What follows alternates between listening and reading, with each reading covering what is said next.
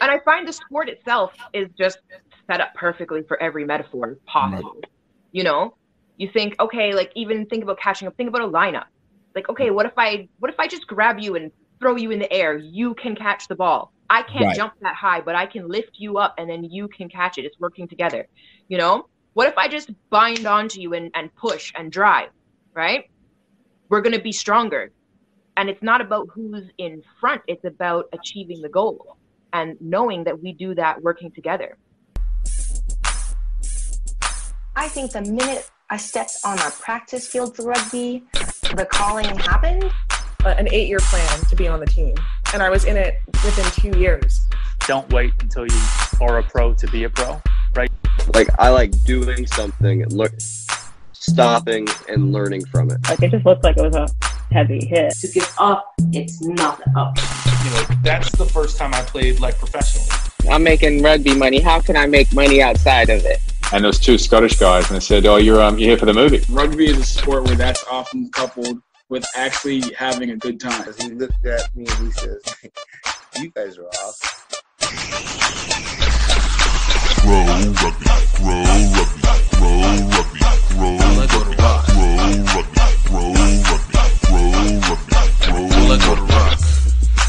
What's up, everybody? Welcome to another great episode of Grow Rugby. My name is GiftTime in Bailu, and this is the show where we speak to people about the opportunities that they have found, created, or taken advantage of via rugby. We got an awesome guest today, Maria Thomas, president for Trinidad and Tobago Rugby, first woman president for Trinidad and Tobago Rugby, a World Rugby Executive Council scholarship recipient, and one of the up-and-coming women in rugby, longtime player, just an awesome personality. Like, you guys, I'm telling you, this was such a fun conversation. This was so dope. It was like talking to family all over again. I couldn't even get mad at it. Like, we just talked about so much, just ranging from origin and to what's going through and what she's planning to do. Like, this is what you expect whenever you see the concept of growing rugby. And you guys are going to love it. You guys are going to love it. Just before we get started, please don't forget, subscribe on YouTube and onto any of their podcast networks, Spotify, Apple Podcasts, iHeartMedia, whatever it is that you guys are listening to it on. Please check it out. And of course, hit the like button on YouTube and notifications so you can see more of what we have going on. But yo, this was so awesome. This was a great moment.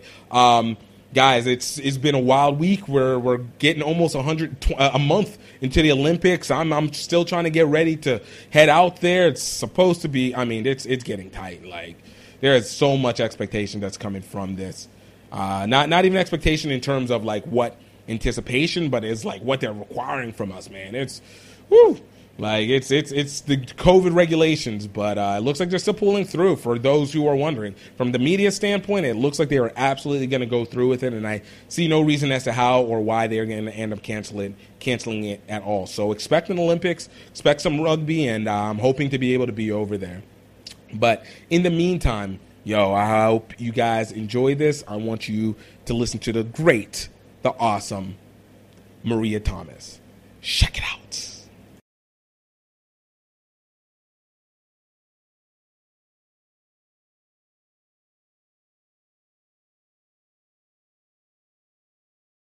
What's up, everybody? Welcome to another great episode of Grow Rugby. My name is GiftTime in Bailu, and we have an incredible V, most important of eyes, and the people of the people, coming out of Trinidad and Tobago. I had more stuff, but I had a little bit of a pause because I was trying to make sure the VIP worked. Maria Thomas coming in as the first, I know it's going to sound weird and cliche, but we're going to hype it, first female president for Trinidad and Tobago Rugby, but most importantly, a game changer here in the rugby world altogether. Maria, thank you so much for coming on.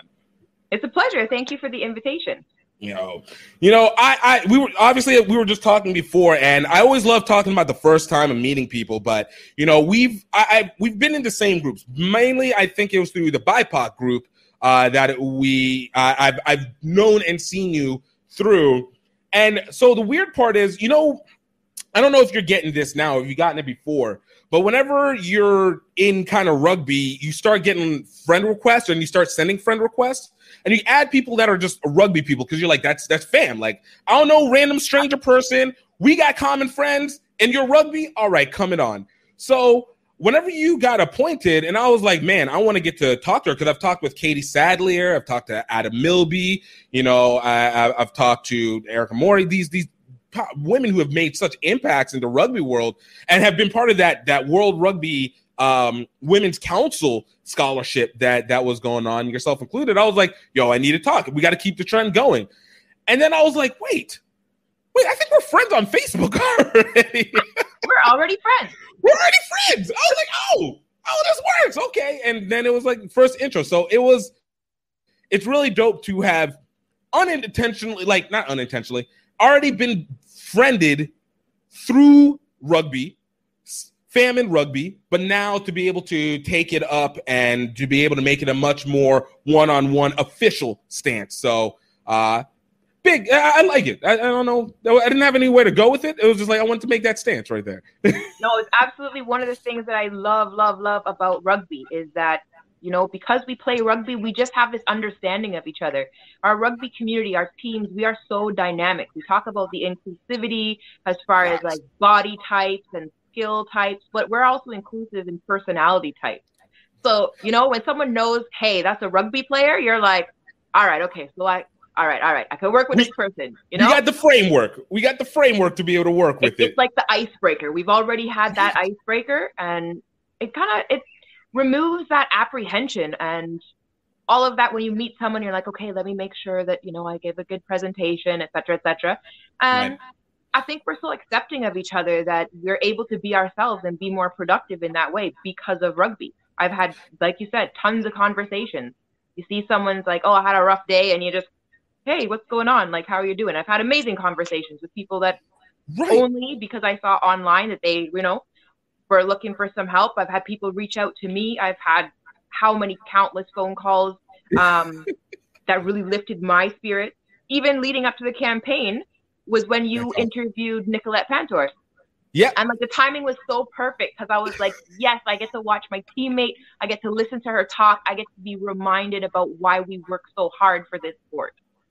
And that was another one of those, especially with the Panthers, because even before, like that Panther, I mean, we know the Panther family, in my opinion, is like is like the Wayans brothers of rugby, in my opinion. Like that's the famous family of rugby, and I'm not even talking about just Trinidad in general, because you know I've seen them since the U19 tournaments back in 2015 with Jaron and his brother, and man, I hate when I forget names, but yeah, with the two of them, and then meeting Wayne himself as well, and then just seeing the growth, and then getting to meet Nicolette, I think initially at Cary, North Carolina for the NACRA championships prior to the Olympics in 2015. So to be able to have that and watching Trinidad rugby just develop and grow and build has been a real key. Even and I even forgot whenever I was saying before, even Keishan Downs with Jamaica, knowing Bruce Martins and getting that. So being able to see how everything has kind of grown over the last half decade has been so wonderful. So to add another component to it where you seeing your rise and being able to be like, yo, you guys are continuing to make differences within just the Caribbean and impacts the rest of the rugby world. Like, it's wild, and it does come back to that community effort. We all connect under this umbrella fraternity known as rugby. That's the cool thing that is really, I know, helping us get through COVID-19 and all these different restrictions. It's that, you know, we're on the pitch rugby, but we already have off the pitch rugby. We're used to that, and that's kind of what's happening now. Of course, I want to get back on the field, but I don't feel like I'm not playing rugby. I feel like we have all these different plays lined up. I'm passing the ball, you know, to my colleagues. They're passing it to me. We're supporting each other. You know, you have an obstacle, you just, you know, form that ruck and push. And that's what's happening for me as far as like governance and administration and all of these different things that we're facilitating behind the scenes so that when we can get back on the pitch, we're going to have so much more support. Yeah, and that's it. So we'll go into it a little bit later, but it's one of the things, as tragic as this pandemic has been, and I disclaim that it is no way in shape or form is this the preferred method. But I feel like as a result of this pandemic, it's reset or maybe rebooted what the mentality of rugby in totality is moving forward, from it being integrate into the culture of rugby versus using rugby as a prism to shine cultures through. So basically now being able to have your own investable variation of rugby, because now we learned that we not only need the connection, but the connection actually develops even further than we've ever imagined before. So before we get continue into thatness, because we can go deep on this one.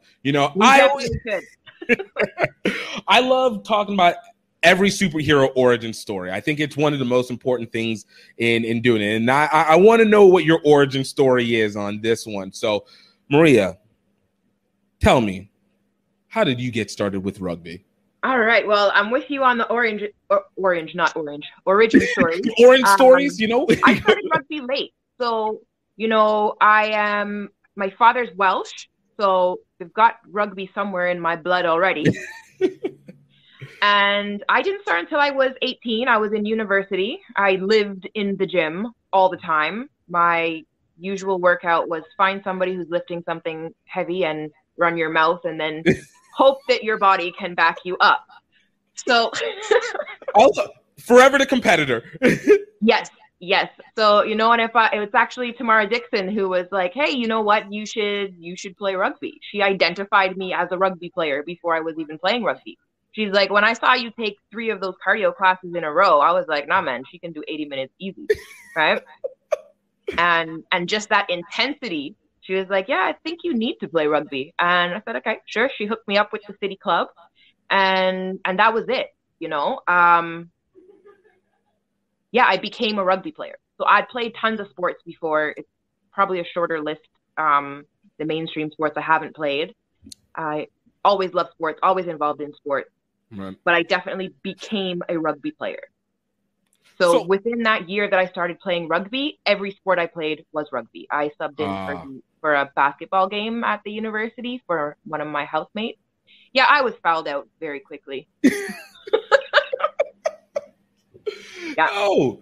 Playing football with the office team in a park, normal rec, just no trees, because it was just like, I don't know, all of a sudden my body just always wanted to play rugby. Yeah. And my body would play rugby even if my brain was like, Maria, you need to chill out. But no, that says so much. And I think there's something that goes along with that. Whenever I was actually just talking to Theo Henry with Guyana. And I was like, yeah, look, one thing that always hits is something about the contact, something about getting on the field. Once it's entered, you've somehow stepped into that energy. You want to be able to impose that in whatever way, whether it's through running, whether it's through contact. But in anything that you do, it's almost like, hey, I'm here. Let me go. Let me move forward towards what I want to do. And you just, I don't know. It's a weird. It's a weird like meditation. I think that goes to it. It's serenity. Yes, it is. It's so much calm. Like, I am never calmer than when I am in the bottom of a ruck and I'm not sure which way is up. Like, that is my peaceful place. Right? So, yeah, I mean, the first team I played with, actually, my original story is cool, because then there was like 15 years later when Tamara and I were competing against each other, Trinidad and Tobago versus Jamaica in Miami. We hadn't seen each other for ages, and I'm just like, I couldn't wait. And the feeling was that we had to give our all. You know what I mean? Yep. Like, we weren't letting each other down. It was that. But that's the best kind of friendship. There is the one that, especially whenever you have competition into it, you love them, you want them to do the best, but you want them to do the best behind you. And you want to be able to see who's going to end up being there. And there's no breaks, but it's not out of anger.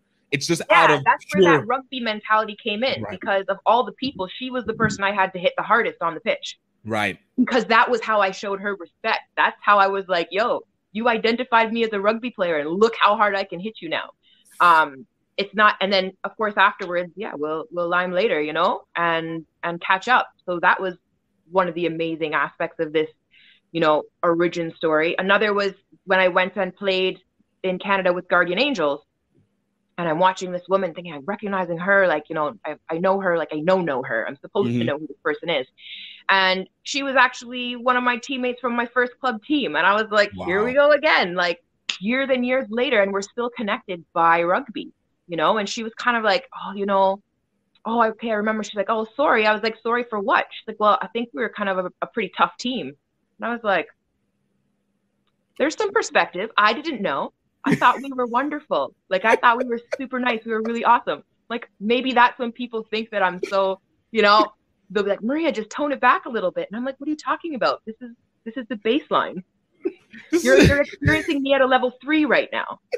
It's like, guys, I feel like you guys need to get up to here. Like, I don't know why you guys are like this is where we start from and then we go up. I don't get this. That perspective has helped me. So anyone that felt that way, I realized that I was coming from a different baseline.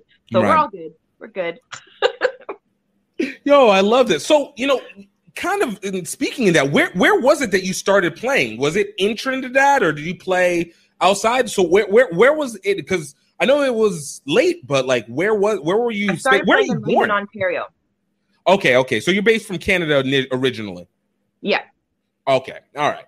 So, you know, it adds to, okay. So we add to it, you know, I got Jess Nielsen not too long ago, another one of you guys that, just powerful women in rugby. But anyways, so coming into that arena, even within the lateness, like what was the environment like for you? Obviously, you guys had a lot of competition.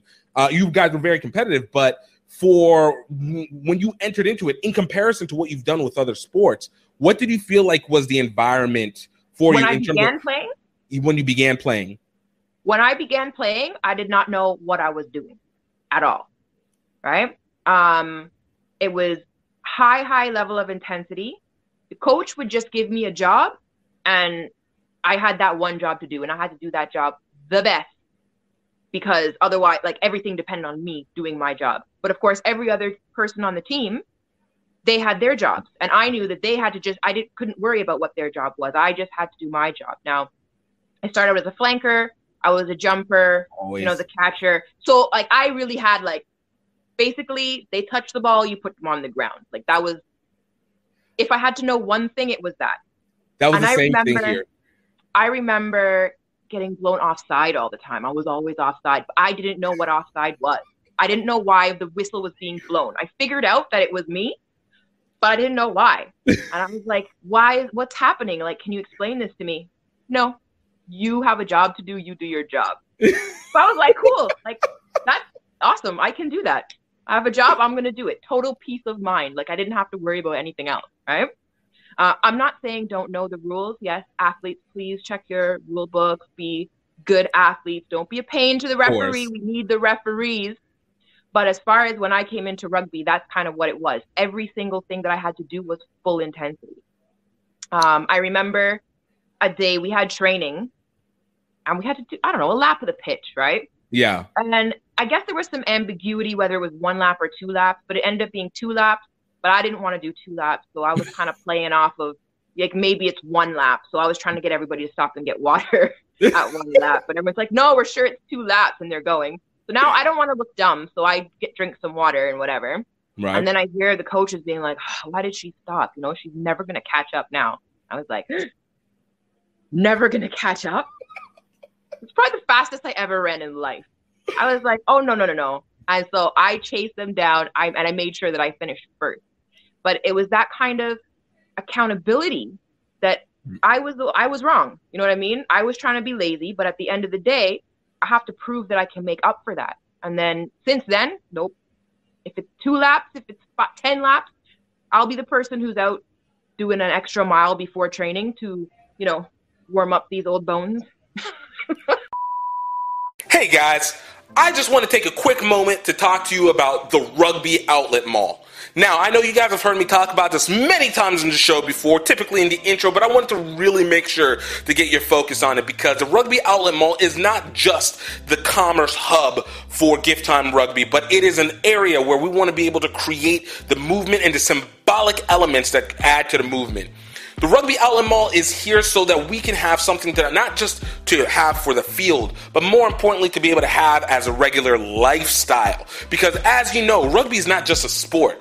It's a whole way of life. It is a movement. And we have everything moving from cultural to your pop culture items like our Rugby Zon shirts and sweaters, as well as representing for the culture as we continue to develop the HBCU Rugby Classic. And we want to continue to support these things because it only grows the sport overall. We are continually growing to be able to make sure that we're connecting with you on a personal level as well as a rugby love. And for you guys that are listening to the podcast and listening to this show, want to let you know that you are going to get 20% off all gear that is under the category of GiftTime Rugby Network and the HBCU Rugby Classic. That is basically the entire store. And all you need to use is promo code GREAUX, GREAUX Rugby. And with that, you guys will get 20% off any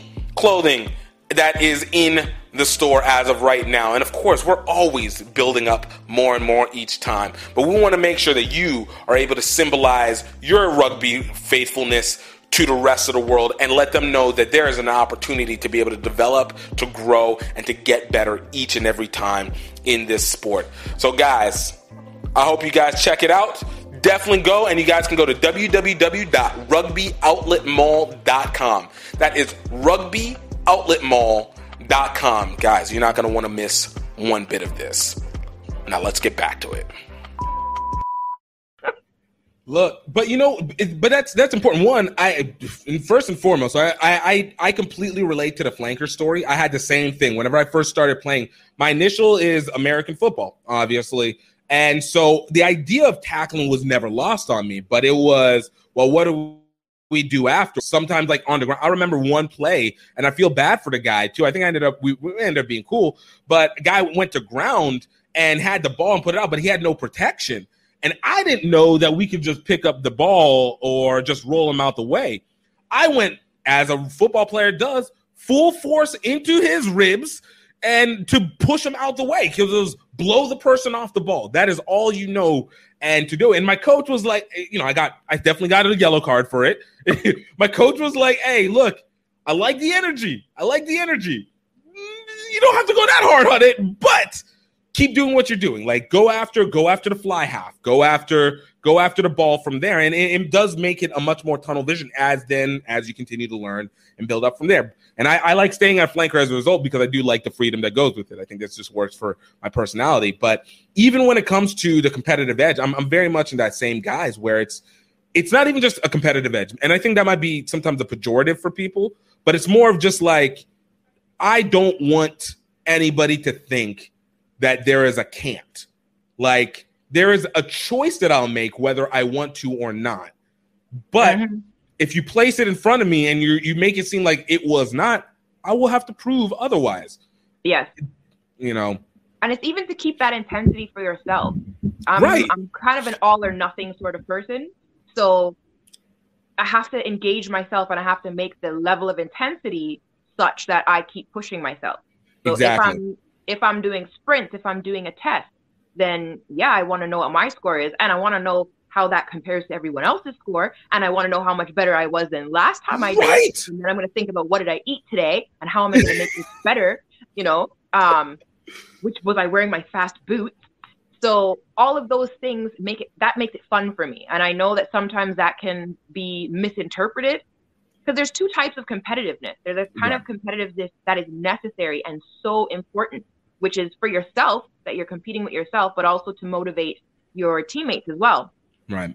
But then, of course, when you're competing for a team and a spot, then sometimes it can seem that competition is a threat, right? And I think it's really important for us to overcome that.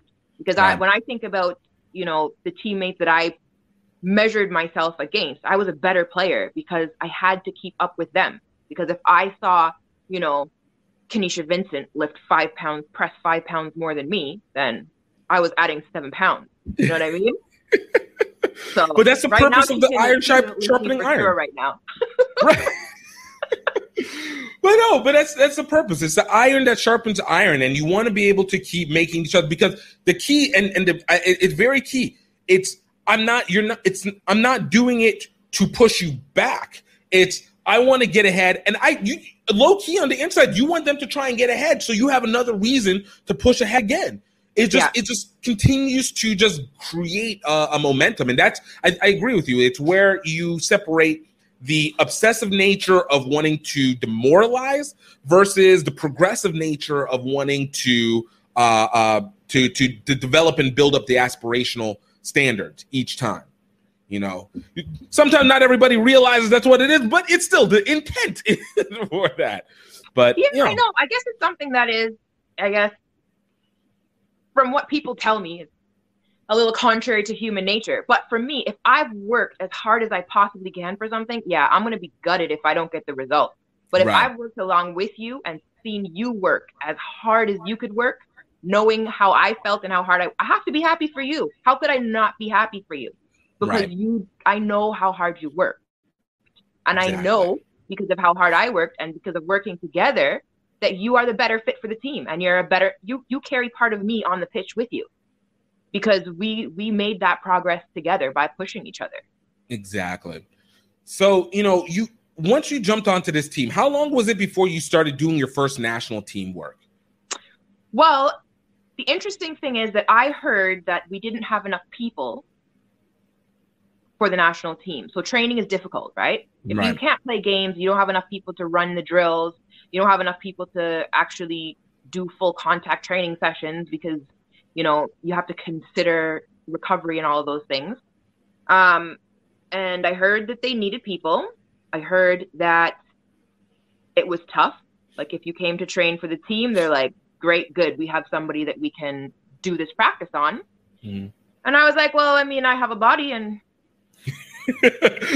let me come add into it. Let's see if we can I can train with the national team. Are you kidding me? Yes.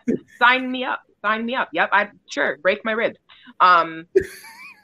You know, shatter me with the national team, just to train with the team was just so incredible to me, to think that I would have this opportunity.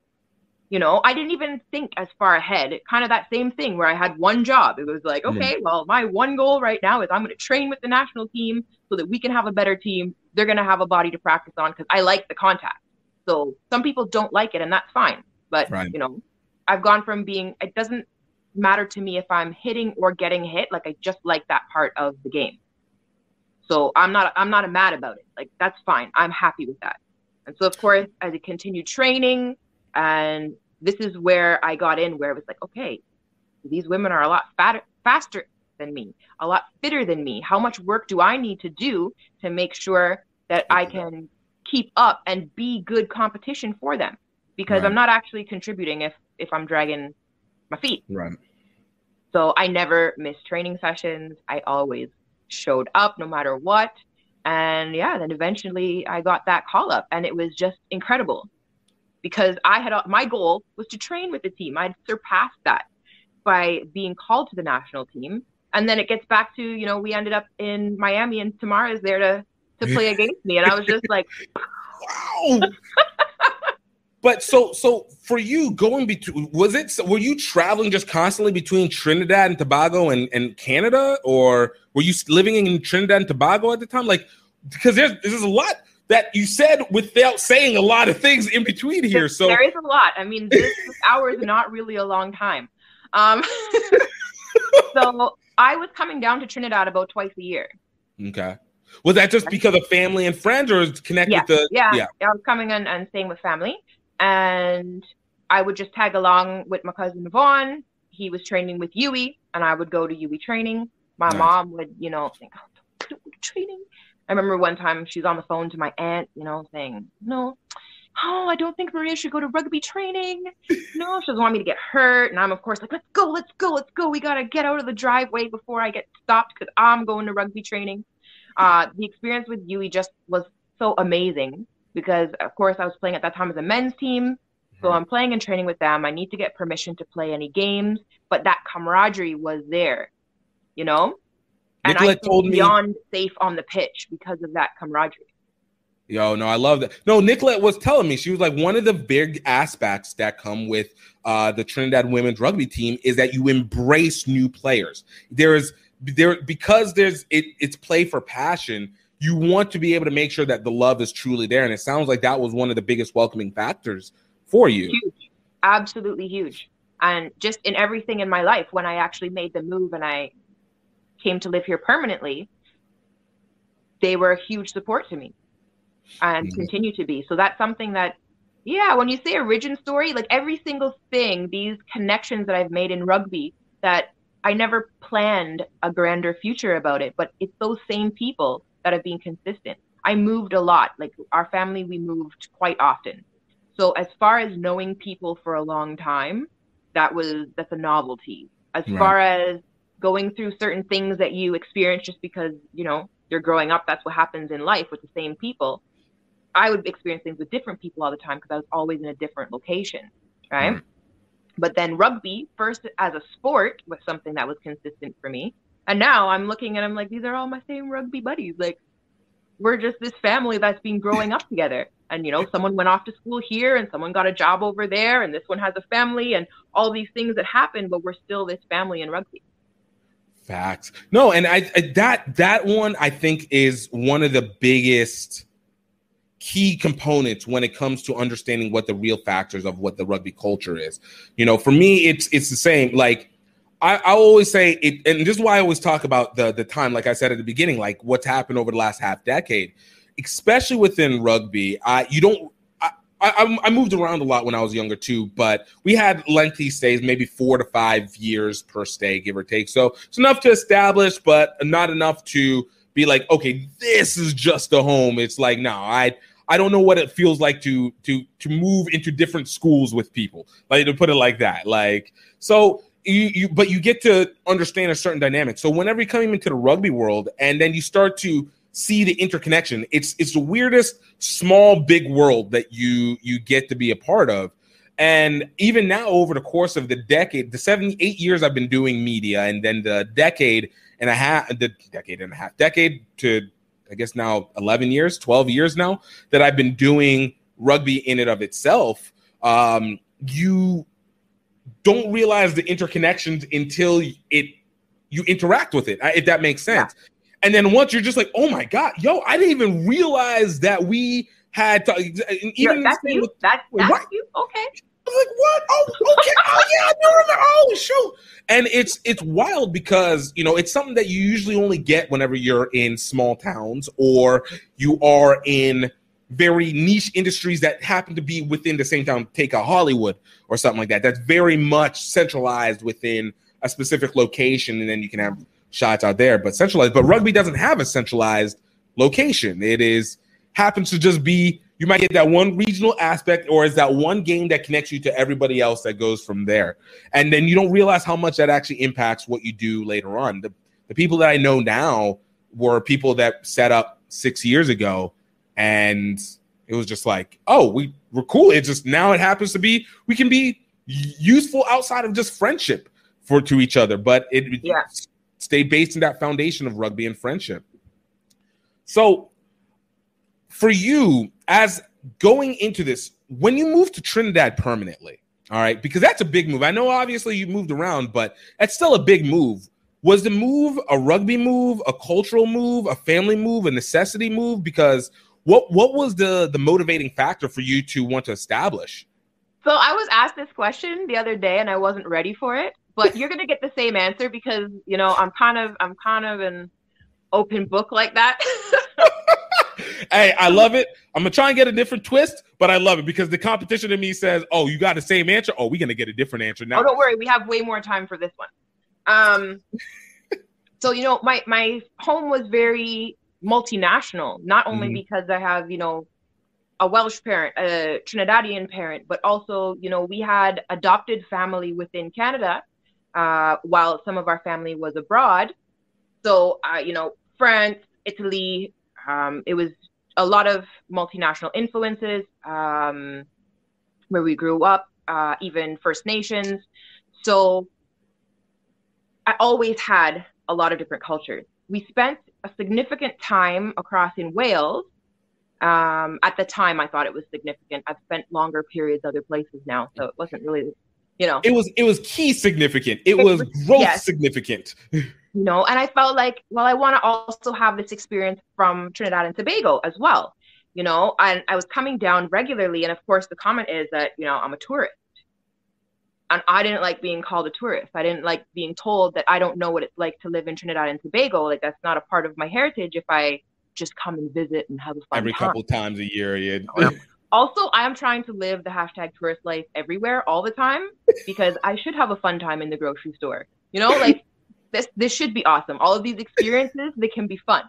And so, yeah, I wanted to come down. I wanted to spend time in Trinidad and Tobago. I wanted to have that legitimate experience. I wanted to feel that I'd had that legitimate experience. And it wasn't planned to be a permanent move. It was planned, you know, come see how things go, come back up and make a decision. And then so many things just kept happening to keep me here and to just really exciting opportunities. And yes, so I've been here for 10 years now.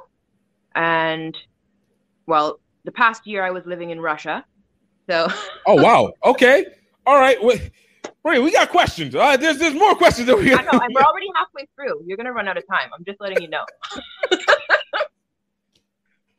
we're still touching on like all the background information. I know, right? Look, this I love it.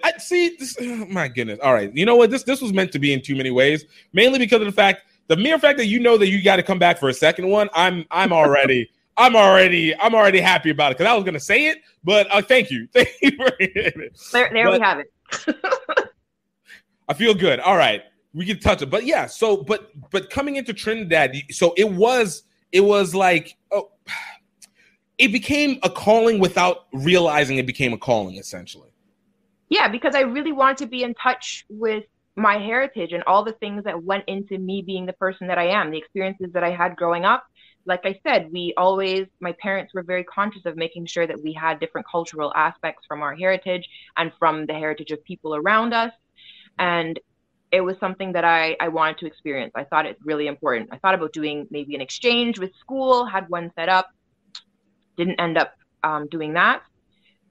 But clearly it was meant to be. Right. Because you got more from it from not doing it. I have a feeling like it's one of those things where if you had done it, it would have been good, but you might have felt limited because you would have been stuck within the structure versus doing it by your own standard. And now you have the freedom to develop the branches that come from it. Yeah, so it's definitely been immensely positive. It's something that as a person for my personal development, I was like, okay, you have to stick with things, you know? So coming from that moving around, I'm used to starting over and let's observe. Who do we have to be here? What's going on over here? How do we try to fit in? And let me tell you, I used to try very, very hard. And I'm sure if I watched a film of myself now, it would be hilarious and a little bit painful. Because I never wanted anyone to know that I was from anywhere else. Like I wanted to just I am Trinidadian. Yes. This is where I stand. Yes. Like I want to shout out my Auntie Winnie. She passed this year, but she was always yes, you know, Maria's Trini to the bone. And she supported me being here all the time. When people didn't understand, when people were like, why, you know, people are moving away, why are you staying there? And she just supported me in every single thing that I did in being here. So shout out to her. No. Shout out. She lived to be 102 years old. Yo, let's go. I know, right? So I have to be happy for her that she got to go out the way she wanted to, like in her own house and all of those sorts of things. And I don't get to be as upset about it as I am. But no, you know. that's celebratory. Like it's the passing, the separation is always hard, but that's celebratory. She, like you said, she got to live like there's literally she's a boss, like a boss. Trust me. Yo. No, that's awesome. That is a true blessing. Really well, that I could go and she would just look at me and I would know exactly what she was thinking, and it would be some like hilarious things. I had such a good relationship with her, and her supporting me through everything was just so important.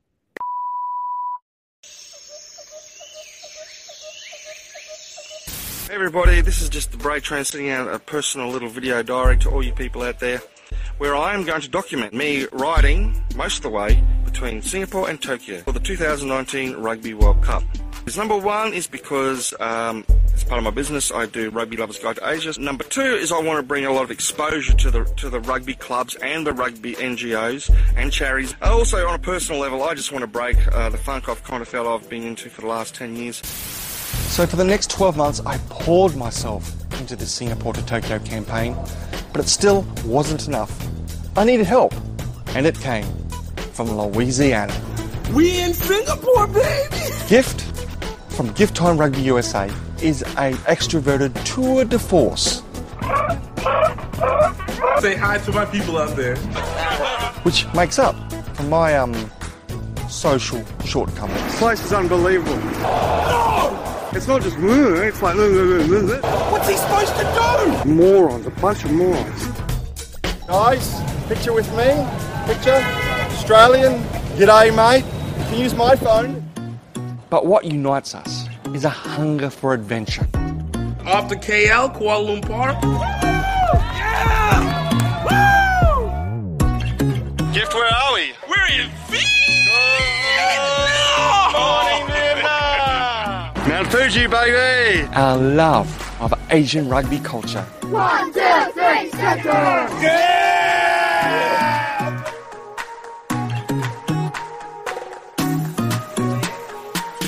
Rugby is starting to develop here in Cambodia for women as well. Valkyries, the mighty, mighty Valkyries!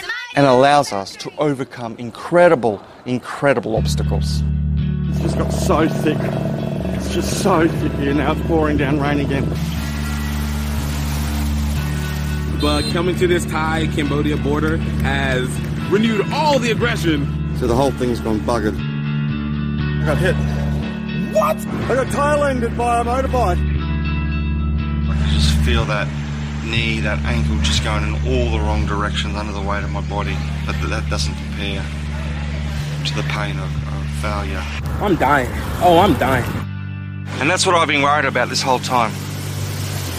We're out here, we're running out of energy, we're running out of money, and we're feeling isolated. And yet at that critical moment, friends, family, sometimes complete strangers come on board. Before you know it, we're back in the game. Tokyo, here we come! Making a comeback. 4 weeks, 2,300 miles, 5 countries. After all the trials and tribulations, this ride had become deeply personal. All that mattered now was getting to that Rugby World Cup game in Tokyo. Yeah, buddy. All right. Be easy.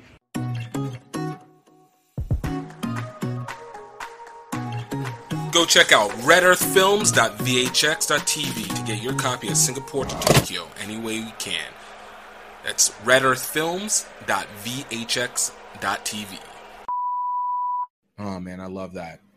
I love that so much. So I want to make the assumption you're very close to your family ultimately, correct? Man, that's perfect. And, you know, I asked that because the dynamic that you have, the energy that you have, and the ability to go after usually only comes, in my experiences, whenever you have a family that is close. They might not always agree with everything that you do, but they always seem to support and hold up that you are making the decision, and they trust that you know the decision that you are doing.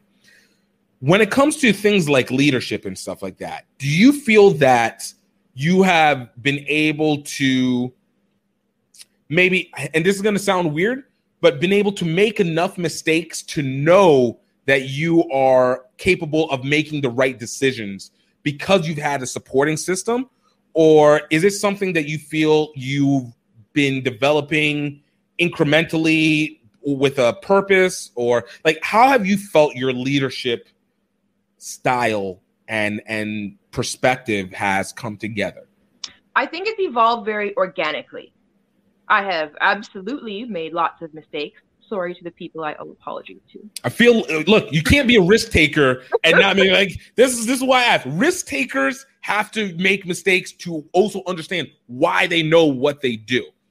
Yeah, one of the things that's so incredible about this position that I have now, and even just in general, my journey in rugby, is that I've been able to take it very personally in a good way. So because I didn't have a plan, make your plans, people. It's a good thing to do. Do your vision board. I love the disclaimer, but I didn't have a plan. Right? But that isn't what I did. I just wanted to play rugby. Every single thing that I did was because I wanted to play rugby. Right? I went to training because I wanted to play rugby. I found a women's team because I wanted to play rugby. I went and trained with a national team because I wanted to play rugby. I volunteered my time to become secretary of the union because I wanted to play rugby. Like I wanted to facilitate the things that I thought I could help with, right? And so everything has come out of that.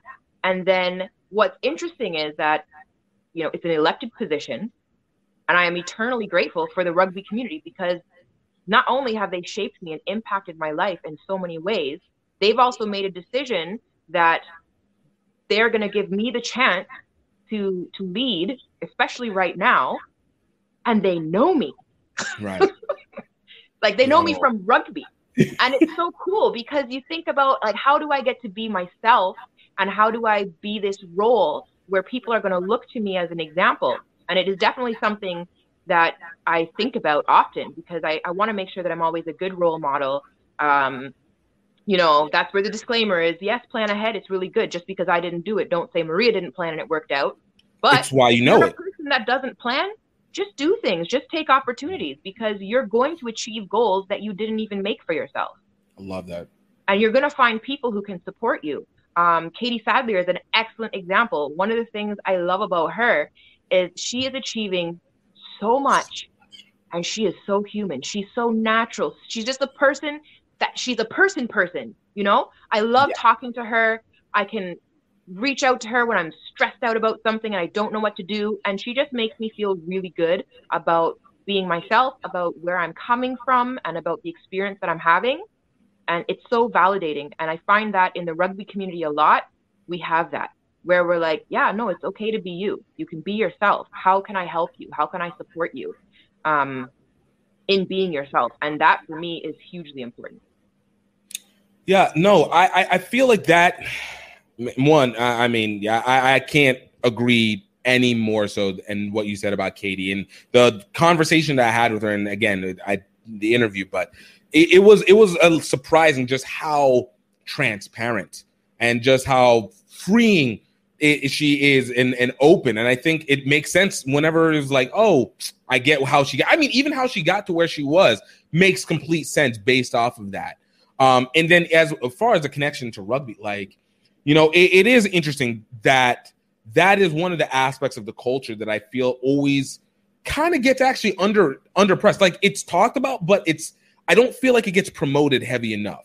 The ability to be free. And I think that goes back to what I said. Like this post-pandemic, I feel like it increased that focus even more. Hey, the best way to be able to be, whether best on the field or best representation, is to be able to show who you are at your truest self. And here's an arena where you can be transparent with, at minimum, the least amount of judgment that you should be taken. At most, none, you know, but, you know, we have that little gap, but, you know, but you want that little amount of judgment that allows you to be open and you get to be free with other people that get to be free.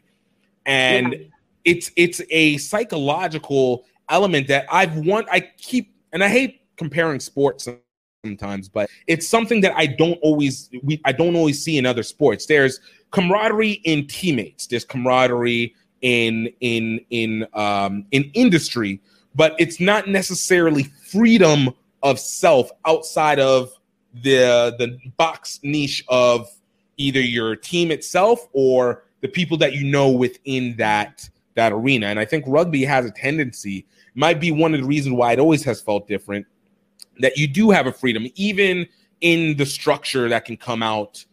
Yeah, and I find the sport itself is just set up perfectly for every metaphor possible. You know, You think, okay, like even think about catching up, think about a lineup. Like, okay, what if I just grab you and throw you in the air? You can catch the ball. I can't jump that high, but I can lift you up and then you can catch it. It's working together. You know? What if I just bind onto you and push and drive, right? We're going to be stronger. And it's not about who's in front. It's about achieving the goal and knowing that we do that working together. And so all of my experience is I've had that provided, not just on the pitch, but I've had that provided in my life. And so one of the things I really want to focus on is every opportunity that's come to me, I want that to be open. You know, people ask me for things sometimes and I'm like, but I think that why are you asking me? You know, but it's because they've heard my name. Right. And I think, okay, then how do I get other people's names heard? How do I get other people seen who are doing a lot of great work as well? And how do they access this same network and experience rugby in the way that I love to experience rugby? No, and that goes again. It's the platforming. Again, I love that analogy, being able to set up the line out and throw it up, but that it's true. And I think that's one thing that's been really interesting here is you have all these stories of people. And even for me, it comes, and I think, and I'm by no means do I consider myself to be a well-known person, but I know at least I've posted enough on Facebook where people actually have to recognize it because I force it into their faces. But it creates the ask of, yo, if you can help people and you know that you can create the connection that I think sometimes can be taken for granted, because sometimes you're just like, oh, the connection was way easier than I thought, but not everybody realizes it. Mm-hmm. How do I make sure that we can keep progressing it? And it impacts not just at a rugby level, but it does impact at a cultural level, at a generational level. And it's weird being able to see it happen even in real time. I think it's still very surreal to me in that aspect because this still feels very small, but small is a matter of perspective, right? All right. It's kind of like goes back to having that job and that job that you are supposed to do, right? Mm-hmm. Not because you have to, but because you're good at it and you're meant for contributing in this way. And it's really about connecting those dots and making sure that everyone has the opportunity to shine in the way that they're going to shine. Right. So they're going to be happy doing what they're doing. They're going to be excited doing what they're doing, and they're going to be able to make a contribution. You know, so I'm really grateful to have the opportunity to sort of extend opportunities to other people right now. I'm so excited. I didn't know I could be this excited about administration and governance and stuff. We've had such an amazing response from the community, people volunteering for committees, like the groundwork that we're setting right now. Like, I didn't know I could be this excited about it. I really, really am. When we get these emails and people are saying, you know, I'm interested in volunteering for this, like, it's amazing because it's a team sport. I come from a team sport. By no means is this the Maria show. You know what I mean? I cannot do this by myself. Right. And so with the executive committee, even with the secretariat, with the clubs, again, having experienced rugby in Trinidad and Tobago and played here and being committed to staying here, it means that I get to work with people in a new way. And especially right now, because we can't play rugby, I really want people to have the same feeling that I do. How I feel excited, how I feel hopeful. Seeing athletes that are training and working really hard and knowing how hard I am training and working right now, I'm like, they have to be rewarded. Like, there has to be infrastructure. There has to be a safe return to play. There has to be steps that they can take to stay involved and to have the reward for not only maintaining their fitness, but even increasing it in some capacities. People have gone and they've done studies. They've worked on certain projects. They have this expertise that they're just like ready to share. Let's make sure that they have the opportunities to do that. People who have made proposals in the past and sometimes things don't get acted on, right? And that's one of the areas where, okay, yeah, sometimes it's a mistake because maybe we didn't look at something in the way that we should have. But to say, yeah, keep on Fresh going, eyes. keep on driving, keep on doing, because I'm really looking to make sure that we can give everybody the platform that they need for what they want to do. And if that means facilitating training, if it means hooking up networks, all of those things are going to make rugby in Trinidad and Tobago so much stronger. And for me, I'm just continuing what I've been shown. So was that part of that? I mean, clearly that was a motivation, but for you, was that the initial motivator for you to start making your campaign for presidency? The initial motivator is I was asked. Oh, okay. Julie, okay. Did not even realize it was just that. So, okay. So even for that, because I know that you'd been playing with them obvious for a while. I looking at the Nicolette, whenever I was doing Nicolette's profile video, I remember just a video with you guys and going against Chile. No, in Panama City, in Panama or something like that. Peru. That was it. In Peru. Exactly. And, you guys just working, but it clearly, being one of the veterans in the game and being a leader in that one, for you, even asked, the initial motivation, because being asked doesn't mean anything, but it's what you're just. Well, I guess let me restate that. being asked is not the clear motivator. The motivator has to be a decision that's inside yourself. So that's why I'm saying, what was the motive? Because asking, you could have asked and been like, no. But it's like, what is it that was in you that said, you know what, this is something maybe I need to go ahead and move forward with? I think that I was able to experience so many things, especially through the Executive Leadership Scholarship from World Rugby. And I wasn't seeing everyone else having the same opportunity. So the same way that I was driven by just wanting to play rugby, maybe that is the core of it, is wanting to play rugby, but it expanded to wanting other people to be able to play rugby and also wanting other people to experience rugby, not as the sport that we play to go and achieve different competitions, but as that community as a whole. Right. And so when I was asked to do this, it was also like rugby. It was like the community is now my coach who's saying, this is what I'd like you to do. This is what I think you can do. Sometimes your coach tells you, hey, you need to do this. And you're like, no, coach, I don't know how to do that. I can't do that. Right. And your coach is like, yes, you can. In volleyball, I got switched from power to middle. This is in high school, right? And I was upset because power is a way cooler name than middle. I don't want to be middle, right? We reached late. We were rushing. It was a mess. The coach is like, Maria, you're in the middle. I was not happy about it. Within 2 plays of the game, the ball came over. I spiked it straight down. We had a whole thing that we do when it spikes and hits. We're like, 1, 2, 3, ace, and hit the ground. It was amazing. It was a great moment. And then I realized why he put me in middle, because I could play my left and my right hands equally. Nice. So he put me in a position where he knew that I was going to be successful, even though I didn't know. And I was only focusing on having a cool name like Power. He was right. I was wrong. And it's that kind of thing where it was like, okay, if you're asking me to do this, and if you believe in me to do this, then yes, I'm going to do anything I can to serve this community.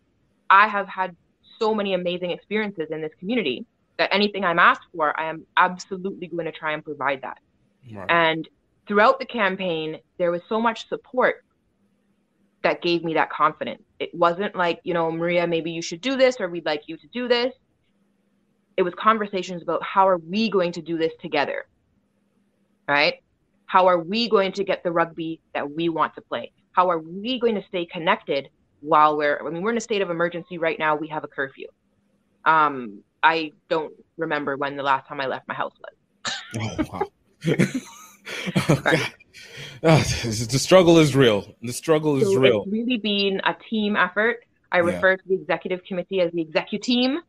And there's the new launch for World Rugby Women in Rugby, which is team powered. Which was amazing. We all watched that video, and it's like we are all in that video. I love it. Signed off, approved. Yeah. No, look, again, when it comes to what has happened over the course of the last, I want to say particularly since 2017, especially in women's rugby, it has been impressive. But even more particularly over the last 2 years, it has been a uniquely interesting experience to be able to see the actual focus. Because for me, I think it really stood out the most.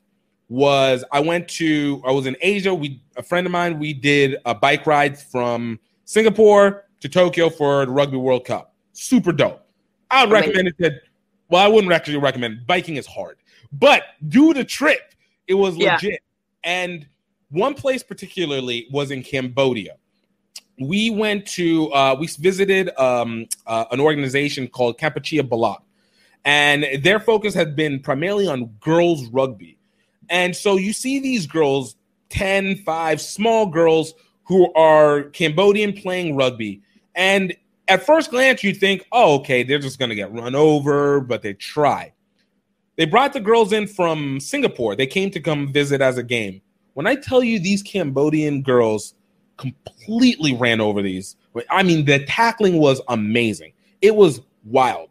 But what was most important was learning that the confidence that they got from being able to play this game completely changed culture. It wasn't just a factor of, hey, they got better and, they got the tackle. That was cool. But now you saw a complete adjustment from saying, well, my future is going to be housewife or cleaning lady or, whatever. It's something that was in the traditional aspect of the job. Now it moved to, I want to go overseas. I want to be a chef. I want to own my business. I want to do that. And that was just because of the dynamic change in mentality of literally tackling people, of literally tackling people with this ball.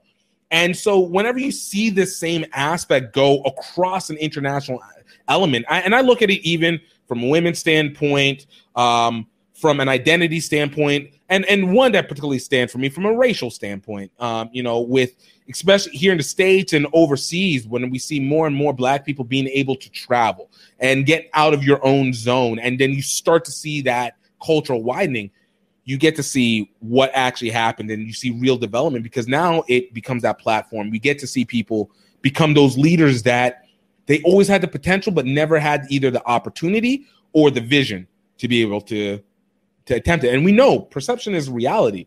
If you can change that perception a little bit, I mean, it moves mountains, to say the least. Yeah, seeing the ripple effect has a huge impact. When I look at, even if you just take the executive scholarships as an example, right? And you take that someone said, okay, let's do this. Let's try and invest in creating people who have competencies so they can move into these leadership positions, right? Now, I'm going to get the numbers wrong. I think it's 49 people in 41 countries, something like that. But when you look at the work that everyone is doing, like, it's exponential. Like, this is affecting people who have never applied for a scholarship, who it's affecting everyone and people in the community. And not only in the fact that there are more opportunities, but like you say, it's changing the perception. It's people seeing the representation and knowing that they have these opportunities. It's also people who have had the goals, knowing that they're going to have the support and they're going to be able to do it. That was a huge thing for me. Accepting to run, and it was one aspect was, I will try to serve in any way that's possible. And if you're asking me to provide a choice and to be one of those choices, then who am I to say no? I may or I may not be successful, but that's not up to me. We are governed by our management committee. That's who makes the decision. So each of the clubs, everyone has a say in it. It's not up to me. I don't make decisions for everyone. We make those decisions collectively. We have a democratic process, right? So for me to deny any part of that democratic process, I mean, that wasn't something I could do. If I'm not successful, then all right. But I still tried. I still did what I could do. Right. And then seeing how people were stepping up and wanting to be a part of the change, it just inspired me completely. Gave me a lot of confidence to be able to do this work. And thus far, actually, today's the 1 month anniversary. Congratulations. Yeah. So, I mean, I was in, some meetings. We had our executive meeting. We had a meeting with brand, dealing with safeguarding and some training in regards to that, doing this interview now. So every day is full. Like, I'm so glad that I put aside full time to be doing this, because it's totally required. It's totally necessary. I do put in full-time hours, but I'm really excited about it because all of the response is really positive. I need more time. There's more things that I want to be able to do. But one of the great things, of course, is having a team. So everyone on the executive, everyone has additional projects that they're working on, additional things that they're spearheading, things that they're working on, and of course, coming from the community, all these volunteers with amazing expertise who are stepping up to drive our committee. So we are headed for good things, good place. Yo, I love it. I absolutely love it. You know, Maria, you know, as we're wrapping up, and you know, the energy, look, I said it at the beginning and I'm going to repeat it again. The energy that you have is by far just spectacular. It's amazing. And I love, because regardless of whatever happens on the way, you're already changing the path, because it's something that was always needed one way or another, especially in this community.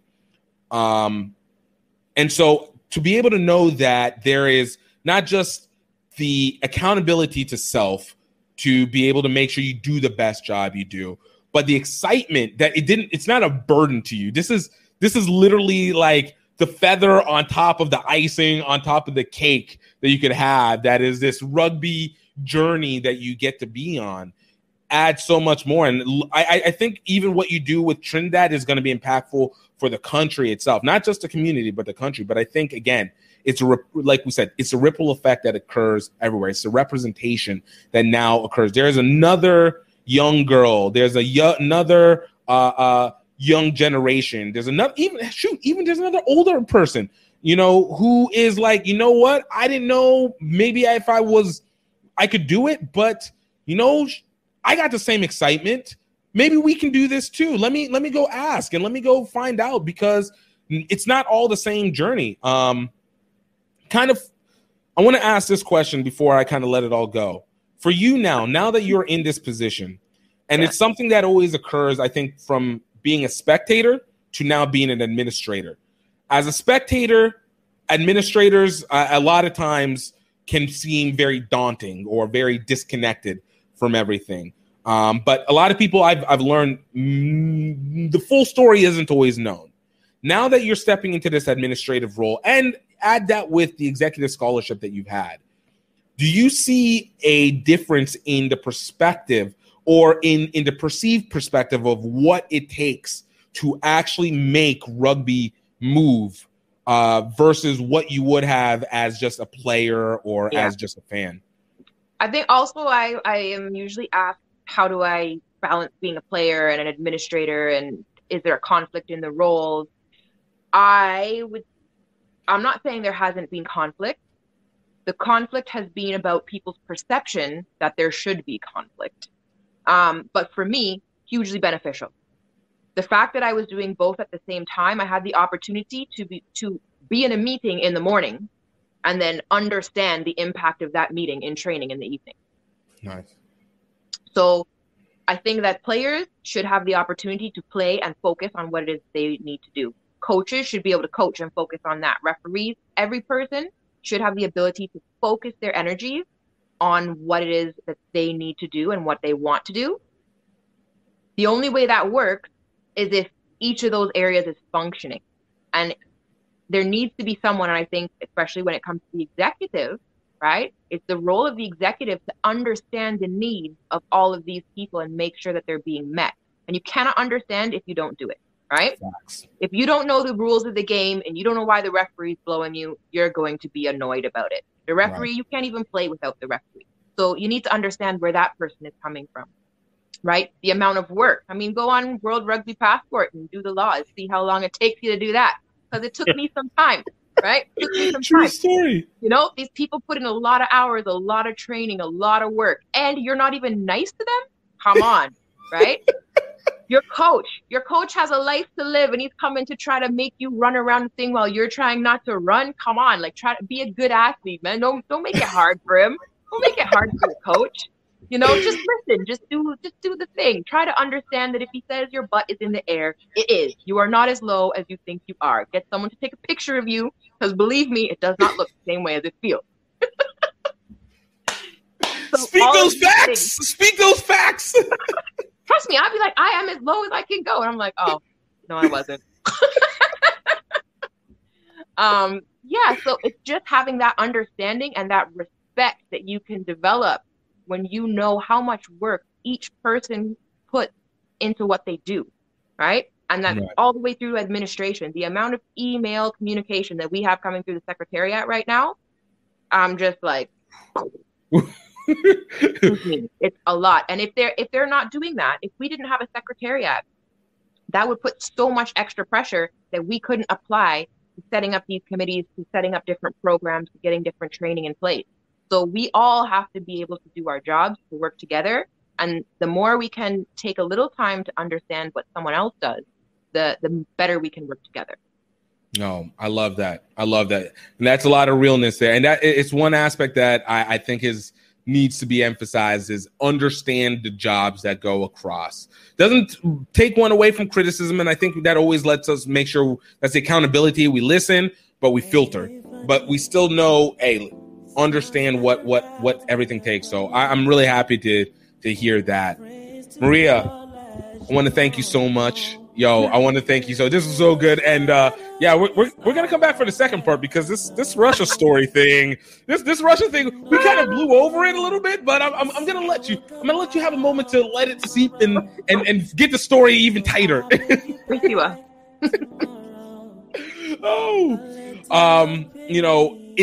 Where's the best place that people can find out more information? Maybe not, or even find out more about you, talk to you, or find out more about Trinidad Rugby. Trinidad and Tobago Rugby. You can follow us on Facebook, TTRFU, Trinidad and Tobago Rugby Football Union. We are on Instagram at TTRFU_868. We are also, we're revitalizing our website, which is ttrfu.com. So check that out in the coming weeks. It's going to have more information. We've already started putting some in, but some good things there so that people can actually go and find out a lot more information about rugby in Trinidad and Tobago. We're really working on being more accessible. We're also we're going to have our own virtual platform where we're going to have a lot of webinars, different interactive activities going on. Those will be advertised. I guess advertised is the word I need there on the social media platforms. So you can follow us there and check out what's going on because we really want to be open and inclusive to everyone that wants to join in. Cheers to that. Let's get it going. I can't wait to see Trinidad and Tobago at the next repechage, whatever it's called. There you go. The Olympic Sevens or World Rugby, any one of those. I want you guys in there, all right? Thank you. You in Jamaica, all right? We keep going on from that one. I'm a fan of all of it. Awesome. Maria, thank you so much. I appreciated it. I loved it. Guys, thank you so much for taking the time to listen. Please check out some of our other podcasts. We've got amazing guests that have come through onto the podcast. Last week, we had a throwback with Phaedra Knight, obviously World Rugby Hall of Famer, USA Rugby Hall of Famer, entrepreneur, philanthropist, activist, everything. We had Robbie Owens of Squidge Rugby. Prior to that, Karima Prince, one of the founders and former captain for Prairie View A&M Women.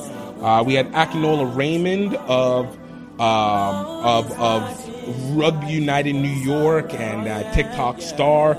We've had Kirill Guthrie of the James G. Robertson and Pat Sullivan Foundation. We've had Robert Perry, head coach for Curaçao Rugby. Erica Mori, former Italian rugby player. Katie Sadlier. If you guys saw the commercial for women's rugby, she's the general manager of women's rugby for World Rugby. Adam Milby, president of the Philippines Rugby Union. James Brunson of North Philly Nomads. Rashad Lipford of North Carolina A&T Rugby. Farrah Douglas, head coach for St. Mary's, but now the U20 USA. Like so many people. Check it out. Take a listen. But most importantly, I hope that you guys are happy. I hope that you guys are healthy. And I hope that you know that you were highly favored. Till next time. Cheers.